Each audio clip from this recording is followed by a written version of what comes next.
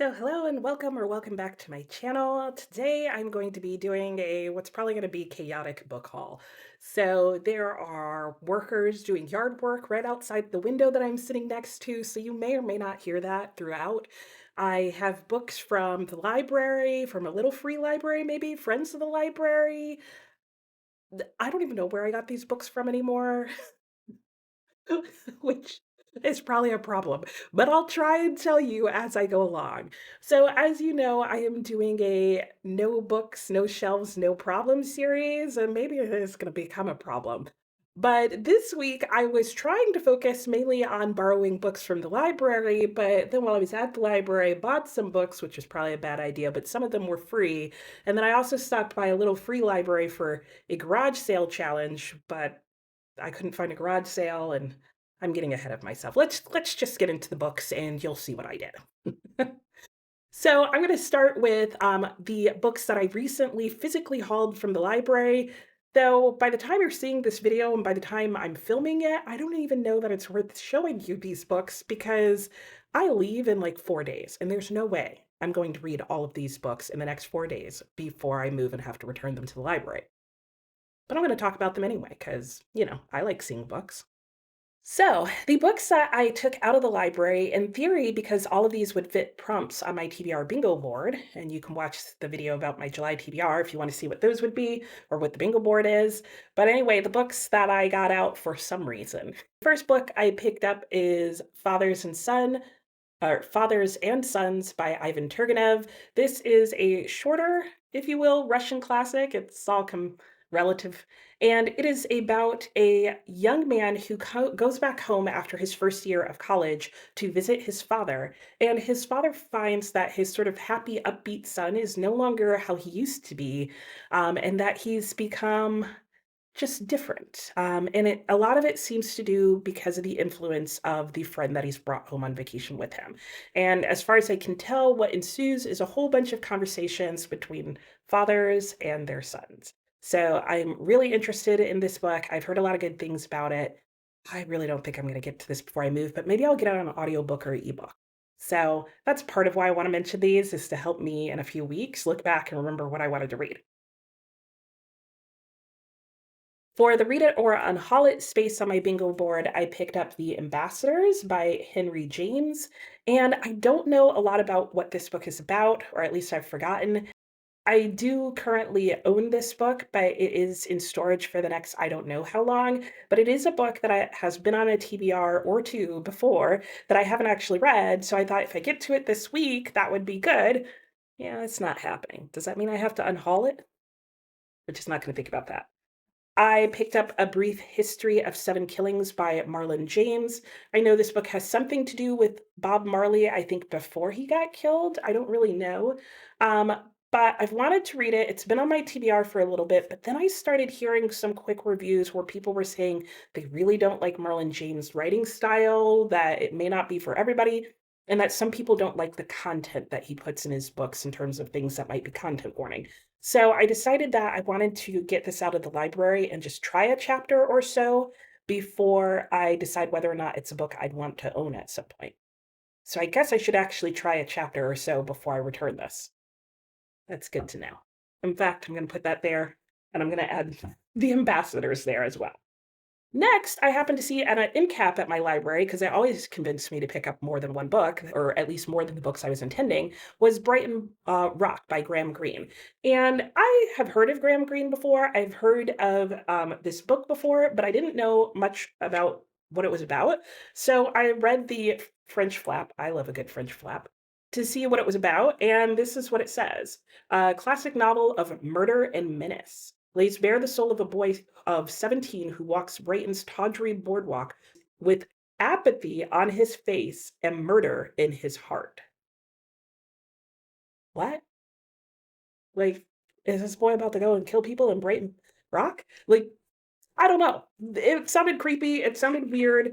It compared it to, um, it compared the character to a chilling specimen of Adolf Hitler type. Like, what does that even mean? And it's not that long a book, and the print is surprisingly fairly large. So this is another book that I want to try before returning to the library to see if I want to add it to my TBR wish list at least. I did also pick up Widowland.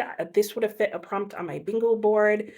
This is a dystopian novel in which the Nazis, I believe, win, and women are now in this really weird controlled situation. So this sounds like a historical fiction set in World War II or post World War II, with a bit of a flair of The Handmaid's Tale thrown in. I'm very fascinated by this book. I'm not going to get to it. Maybe. It's probably one if I can pick it up, I will, but I don't think I'm gonna get to it. But maybe I should try a chapter. Maybe I just need to do a reading vlog where I try a chapter of these books. Okay, maybe watch out for that. And they'll at least be added on to my TBR. Um, Now, a book that is on my TBR that I picked up because I was hoping to get to it this week, and I still might, there's a chance, is We. And this would have fit the dystopian prompt, I think. This book is a dystopian. It's apparently one of the original dystopian slash anti-utopian book, and is the book that I understand inspired George Orwell's 1984. This, I feel like, stands a really good chance of getting read. It's pretty short. It's 214 pages. Again, the font's a decent size. I'm still in the middle of another book, but I might try and squeeze this one in. So much for I'm not reading any of these books before I go. Well, I'm not reading all of them and not in entirety. How about that? I also picked up The Traveling Cat Chronicles. This is a book that keeps coming on and off my TBR. I just can't decide if I actually want to read it. I don't know what this book is about other than that it features a cat, and the cat is traveling around in this van with its owner, and that people say this book makes them cry. And yeah, I'm just gonna have to do a vlog where I just try a chapter. I really need to know what these books are about and if I'm going to like them. And I also picked up The Fraud by Zadie Smith. I keep seeing this at my library. Keep seeing people talk about it. I have not read anything by Zadie Smith, and I don't know anything about this book other than it's supposed to be about another author, William Ainsworth, whose writings I want to read, and I actually own a book by him. And so I'm interested to see what she had to say and write about him. But I've also heard that some people have problems with this book because it's not historically accurate and she's just making up something fictional about his life or something like that. I know there's some people who feel like this book is kind of controversial. I'm not too fussed about getting to this book, so this is probably one of the few, apparently the only one in this library stack that I probably will not even crack open. That's probably not true. Oh, well. So those were all the books that I got out of the library. But of course, on heading out of the library, I was like, maybe I should go and see what the Friends of the Library has for sale, which is a little small one-room bookstore that is inside my library, where the Friends of the Library, which is an organization that supports the library, sells like used books and that kind of thing that they get in. But I didn't actually go into that section initially. I actually went and looked at their free book bin, which is like just a cart that they have of free books that you can just take because they're books that can't go into the library, and for whatever reason, they feel like they won't be able to sell. I don't really know why they feel that way. Anyway, I found two books in there. No, I found one book in there, and that book is Give Us This Day by R.F. Delderfield. And this book is part of a series. I can't find the name of the series, but I know this is like the fourth or fifth book in a series. I'll put the name of the series on the screen and what book number this is. The reason I picked this up is because I've wanted to try Delderfield. I've heard them compared to Trollope and Thackeray, but obviously this book came out like much later, I think in like the 50s or 60s, if I'm correct. Um, anyway, I have heard another booktuber talk about their writing and just how excellent it is, but also how hard it is to find their books because they're basically not in print anymore, and even libraries and stuff aren't really carrying their books anymore. So, I was interested. So even though this is like the fourth or fifth book in the series or wherever it is, it's still a copy of the book, and I figured I could try a few pages of this to give me an idea of whether or not I want to actually make the effort to try more of their work, and try and hunt it down, really is what it's going to be. So this is, I guess, another book that I'll add on to that try pile. I then picked up 2 books from the Friends of the Library bookstore, and I think it cost me $1.50 total for both these books. I just realized one of them I didn't bring over here, so I'll put it up on the screen, and that book is Neverwhere by Neil Gaiman. And this is a book I normally wouldn't have picked up, but there is a book club being hosted on YouTube where this is their book club pick for August, I believe.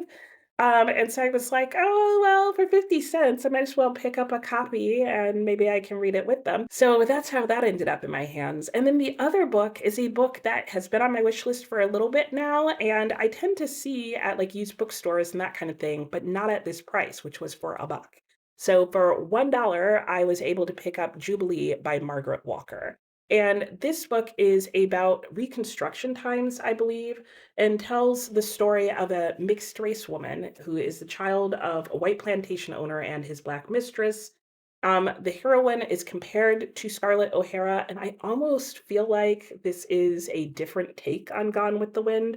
I'm not sure for sure, and I don't even know if that's a good book to compare this to at all for a variety of reasons. But I've heard interesting things about Jubilee, and I definitely want to get to this book at some point. And so finding it for $1, I just couldn't resist because I'm not going to find it for cheaper than that. I know because it's considered like a classic to some people. And so there is a little bit of highlighting in here, but not much. And it's very light and faded, so that doesn't bother me. And I can't wait. And I'm so glad that I found a copy of this.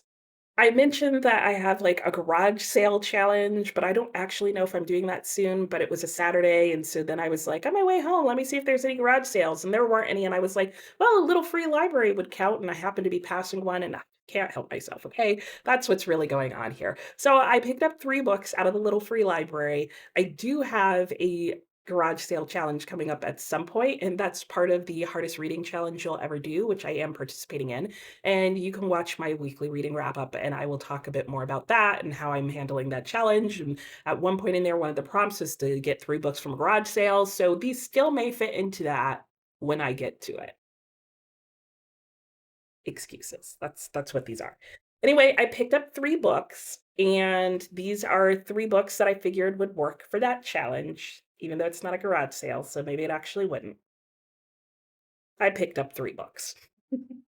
The first book is A Tale of Two Cities by Charles Dickens. This is one of 2 historical fictions that Charles Dickens wrote. And from what I can tell, I believe this is most people's favorite of those 2.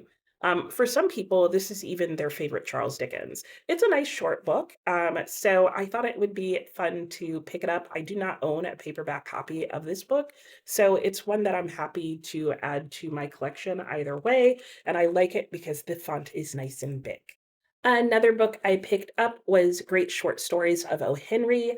I have seen larger collections or the complete works of O. Henry here and there, and I have read some of O. Henry's stories in like middle school and high school. And I thought it would be fun to go back and get a complete collection of their work, but then I was like, I don't know if I would actually like all of their works. So I was really happy to find a small collection of them. And it's really nicely bound. I'm sure it includes like the most popular ones that like we read all the time in school. Nope, nope, it doesn't. But oh well, all the more that I'll have experienced some, and it does have pictures. So, I like a good picture. Oh, and it also has a bookmark. So that's fun from the Smithsonian. Hmm, okay. And then the final book that I picked up is The Invisible Hour. This is another book that I think is maybe the second in a series. But the reason I picked it up is because I've been hearing Alice Hoffman's name more and more going around from different booktubers that I watch and like. And they seem to really like her writing and her books. And so I thought I'd just try one, and this one was for free. And I figured even if it's a second or third book in a series, I could always try and get the first book from the library. And if I like it, then I already own the second one, blah, blah, blah, blah. But also, the back of this book, the first couple of sentences caught my attention, particularly with the one that says the Scarlet Letter was written almost 200 years earlier, but it seems to tell the story of Mia's mother. That caught my attention. And then finally, I have one last book that I picked up. Again, it's related to the hardest reading challenge you'll ever do. And one of the prompts in that challenge is to read from a local author. This one was probably the only intentional purchase. And the reason I purchased this book is because it fulfills the prompt to read a book by a local author. And while I'm moving and I could have gotten a book from a local author there, and I still probably will, I really wanted to buy a book from a local author here and potentially one that I wouldn't be able to find somewhere else or would have a harder time buying somewhere else. I don't know. Somehow to me, it just seemed like nostalgia and a whole bunch of other things to buy a book by a local author while I'm still here from my local bookstore. So that's what I did. And the book that I picked up is Iceman Awakens by Sharon Krasny.